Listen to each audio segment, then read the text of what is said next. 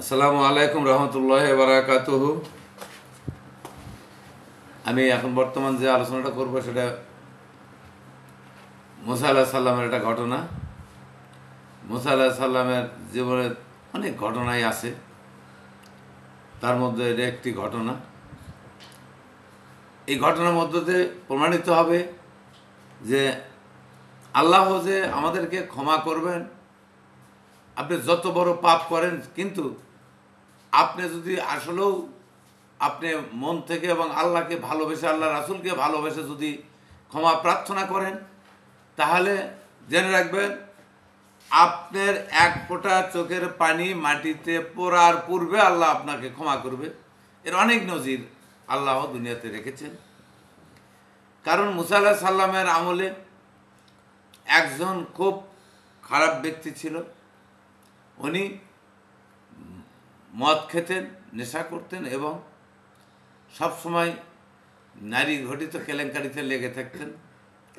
এই রকম ঘটনার মধ্য দিয়ে মানুষ যখন তার প্রতি একদম বিরূপ প্রতিক্রিয়া পেশ করলো, এলাকার সমস্ত লোক তার উপরে ক্ষেপে যায়।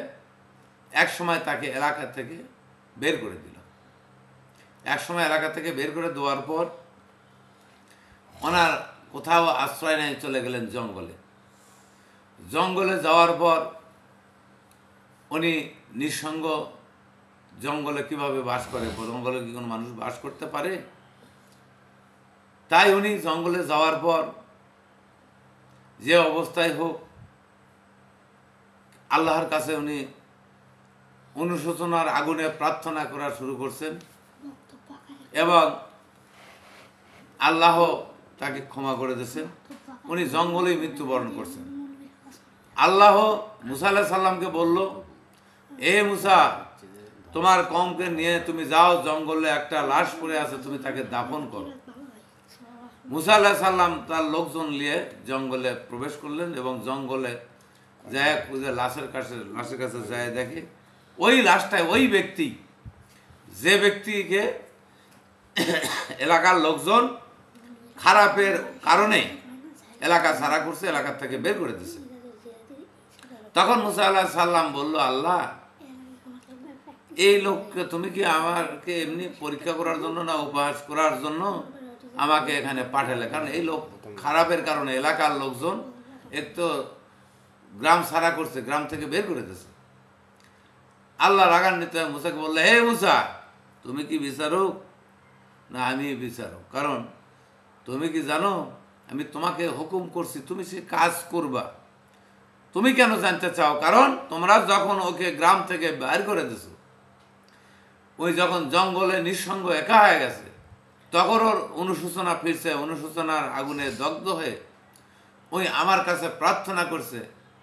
ওই যখন আমার কাছে প্রার্থনা করছে, অনুশোচনা কারো মধ্যে যদি জাগ্রত হয় আর এই অনুশোচনার কারণে যদি কেউ প্রার্থনা করে, তাহলে তার প্রার্থনা সর্বোচ্চ উত্তম। কারণ তার মধ্যে আল্লাহর ভীতি চলে আসে, আল্লাহর ভয় কাজ করে এবং আল্লাহর প্রেম তার মধ্যে কাজ করে, আল্লাহর রাসূলের প্রেম তার মধ্যে কাজ করে। এই জন্যেই আমি আল্লাহ তাকে ক্ষমা করে দিই। তো ওকেও আমি আল্লাহ ক্ষমা করে দিচ্ছি। এখন আমার কাছে নিষ্পাপ। তোমার চোখে সে যত খারাপ হোক, কিন্তু আমার কাছে সে নিষ্পাপ, কারণ আমি ওকে ক্ষমা করে দিছি। মুসা আলাইহিস সালাম এই কথা শোনার পর বাধ্য তখন তার লোকজনলে তাকে দাফন করলেন। তাহলে এখান থেকে আমরা যে শিক্ষা অর্জন করলাম সেটা হচ্ছে যে আপনি যত বড় পাপ করেন, আপনার মধ্যে যদি কোনো সময় অনুশোচনা আসে, এবং অনুশোচনার আগুনটাই সবচেয়ে বড় প্রায়শ্চিত্ত। কেউ যদি কোনো সময় কোনো পাপ করার পরে সে কোনো বয়সে যদি সে আল্লাহর রাস্তায় ফিরে আসে, আল্লাহর রাসূলের ভালোবাসায় ফিরে আসে, তাহলে তার মধ্যে সবসময় ওটাই তিলাবত হবে, ওটাই তাকে কুরে কুরে খাবে যে আমি কি করছি, এই পাপটা আমি জীবনে করছি। এটা তার অনুশোচনার দগ্ধ, তাকে তিলে তিলে দগ্ধ করবে। অতএব অনুশোচনা এমন একটা জিনিস যে কারোর মধ্যে অনুশোচনা হলে সেটা উনি তার প্রায়শ্চিত্ত হয়ে যায় এবং আল্লাহ সে পাপ থেকে তাকে ক্ষমা করে। তাই আমাদের ক্ষমা আল্লাহর কাছ থেকে পেতে হলে ক্ষমা পাওয়ার এর আগে ভিডিও আমি বলছি যে আপনার প্রার্থনা কিভাবে কবুল হবে, আপনি আল্লাহর কাছ থেকে কিভাবে ক্ষমা পাবেন, আপনি আর আগের ভিডিওগুলো দেখলে পাবেন যে প্রার্থনার নিয়ম কি এবং কিভাবে প্রার্থনা করতে হয় আল্লাহর কাছে, কিভাবে অনুশোচনা করতে হয়, তাহলে আপনি ক্ষমা পাবেন, আল্লাহ আপনাকে ক্ষমা করবে। এটাই বাস্তবতা।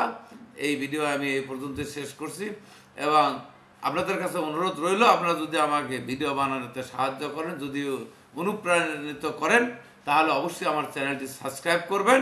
আমার চ্যানেলটি সাবস্ক্রাইব করলে আমি উৎসাহ পাবো আপনাদের মাঝে ভিডিওগুলি দিতে পারবো। এ বলে আমি আজকের ভিডিও শেষ করছি। আসসালামু আলাইকুম রহমতুল্লাহ বারাকাতুহু।